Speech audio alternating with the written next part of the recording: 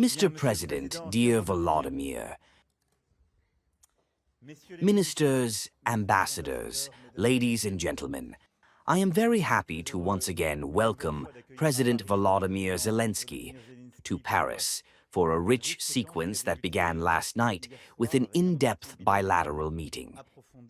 It continued this morning with a new meeting of the Coalition of Volunteers, co-chaired by Prime Minister Keir Starmer, and at the end of which we had a new exchange with President Donald Trump.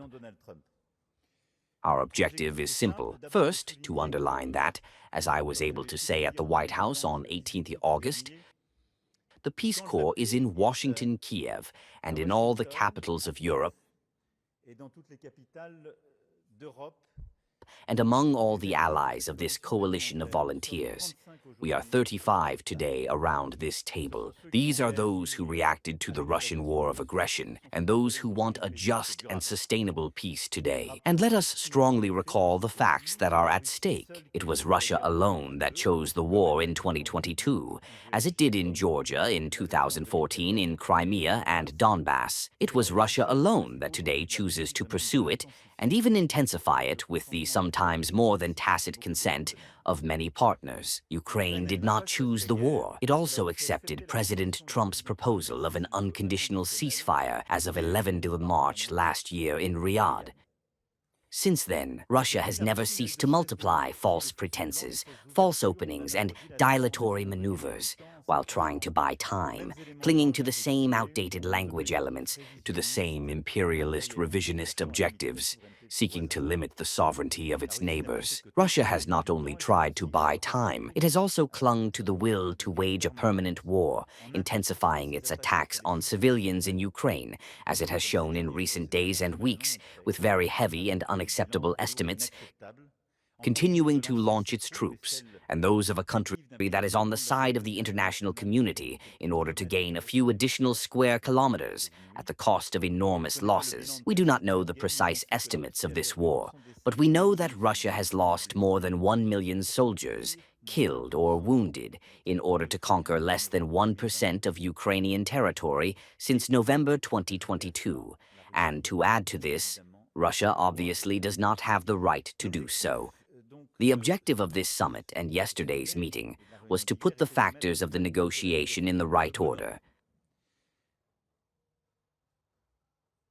The problem, I have just reminded you, is Moscow and this war of aggression.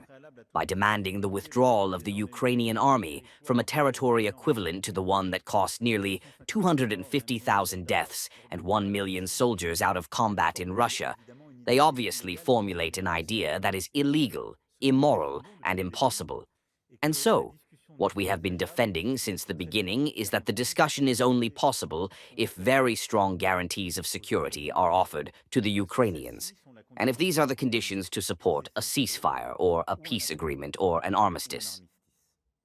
And I want to say it here today, after the commitments that were made in Washington in mid-August, by the Europeans who were present, and then by the entire coalition of volunteers. Our chiefs of staff of the armed forces and our ministers of defense have carried out an extremely intense work in close coordination with the Americans and NATO.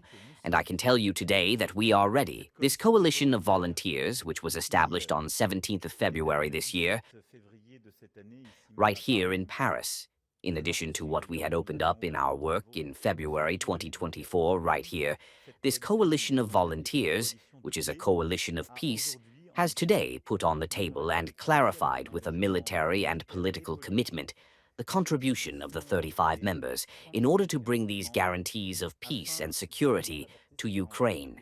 It aims first and foremost to ensure that in the negotiations there are no limitations in terms of format or capacity for the Ukrainian army. This is what we defend, what we will defend until the end, and we are therefore committed to bringing the means of a regeneration of the Ukrainian army so that it can.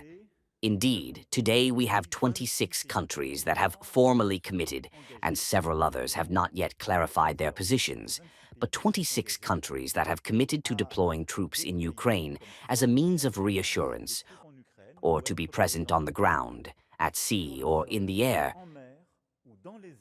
to bring this reassurance to the Ukrainian territory and to Ukraine the day after the ceasefire or peace.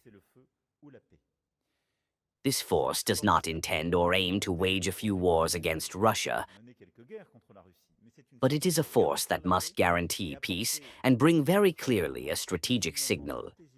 It will deploy as part of a ceasefire, not on the front line, but in geographies that are about to be defined, but it aims to prevent any new major aggression and to clearly involve the 26 states in the sustainable security of Ukraine. At the end of this summit, we have now decided to launch political and legal work to decline these security guarantees for all the countries of the coalition with Ukraine. And we then held a call with President Trump, where we were able to establish all this. The conclusions of this call are simple. In the coming days, we will finalize the American support for these security guarantees.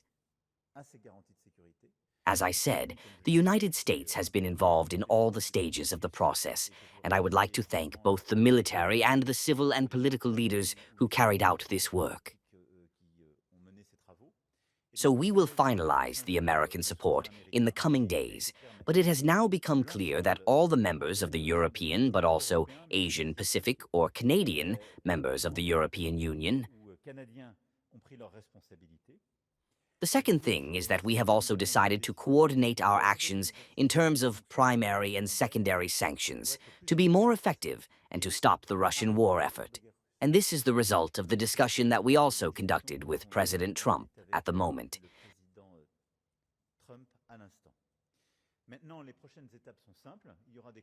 Now, the next steps that the Russians took several weeks ago become a reality.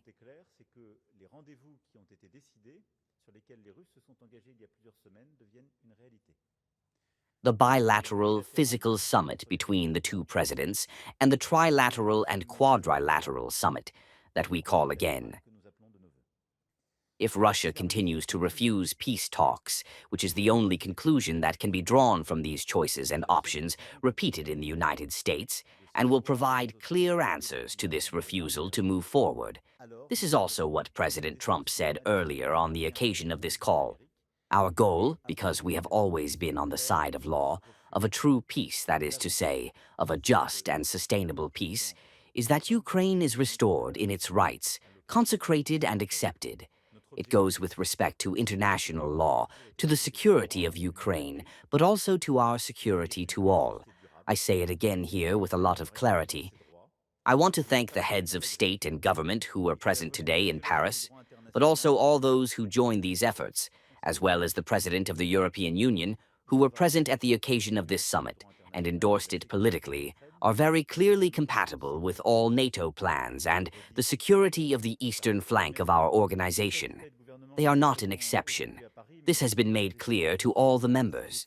As you have understood, the next few days will allow to finalize these works on sanctions on the one hand and, on the other, to finally have these discussions of peace around the table. Dear Vladimir President. Thank you, Mr. President.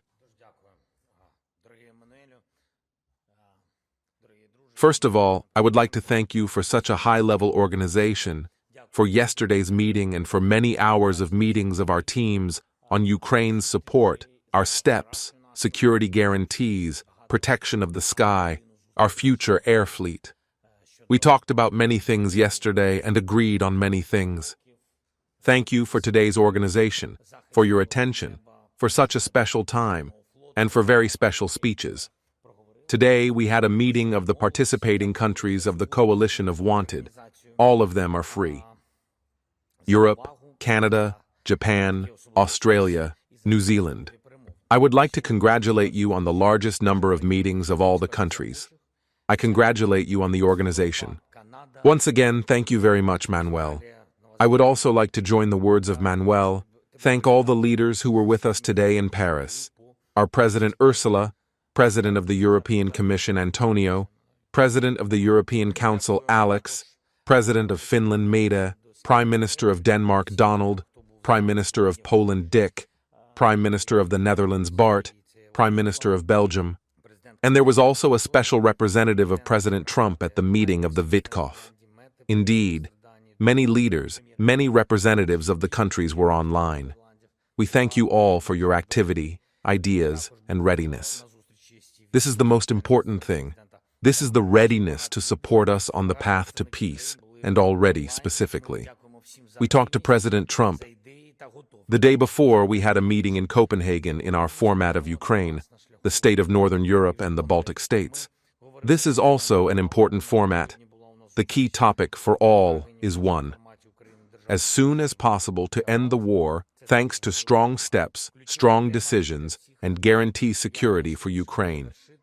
In fact, all our meetings are built on two elements: our security now, that is, support for defense, support for diplomacy, and guarantee of long-term security. What exactly and when should work? Key things. First, everyone agrees that strength for Ukraine is strength for peace. And that's why we are actively working to ensure our strength right now. Everyone sees that Russia abandons every peaceful initiative and no consent for peace from Putin. Not yet. A very specific impression also after the meeting in China, which Putin will obviously try to use as an excuse to continue the war. And in general, with his behavior, Putin tries to show that the pressure on him does not seem to affect. In fact, we consider the situation to be different. In principle, the pressure is working. The situation is complicated for the Russian economy and for those who trade with Russia. We will continue this line. Today we talked about new sanctions, also about about special tariffs in trade that may help. Second, the Hochik coalition works very actively. Military politicians, advisors are available to work. Our teams have been working for many days and weeks. And in fact, we understand what the basis for real security guarantees should be. The basic framework is. It is also understood that security guarantees are not about the future. It is about the situation. And now, too, the strong Ukrainian army is and will be a central element of security guarantees. Accordingly, these are the possibilities of our army. This is both weapons, financing, training, and the production of weapons. We provide all this. And it should be in a year, it should be in 5 years, in 10 years, both in the current war conditions and for security guarantees later, in peacetime. We have a basis for a plan for the forces, for specific steps. We determine which countries will take part in this or that component of security. Who is on the ground, who can help in the sky, who is in the sea, who is in cyberspace, who does not have their own forces, but can contribute to finance. This is also specific to production. We state that European production lines do not work enough yet, but it is all necessary and understood how to increase. The volume must be greater. The speed must be greater. We also have significant production capacities in Ukraine today, which are not used due to a deficit and lack of funds. This is really serious. Almost 60% of all the weapons that we use today in Ukraine are produced in Ukraine. Ukrainians are successful in this. I think they are of high quality. And we must help every European country to be successful in this or that production. Technological leadership for Europe is critically important. This is our healthy industry, and there are enough jobs, enough investments, enough interaction and leadership in global competition. Europe must be a leader. And we, in particular, move this forward when we build new security guarantees for Ukraine. We prepare documents on guarantees and determine investments in the security of each country. As Emmanuel said, 26 countries have agreed to provide Ukraine with security guarantees. And I think that today, for a long time, this is the first such serious, very concrete one. I congratulate all of us on this, and I congratulate you, Kira, as the head of the coalition of wants. Third, it is important that America is with us. We work in many formats, from such programs as Pearl, which allow to buy American weapons until America is ready to take part in long-term security guarantees. Today, we talked with President Trump. We thank you for your support. We had a long, detailed conversation about how to push the situation to peace. We discussed various options.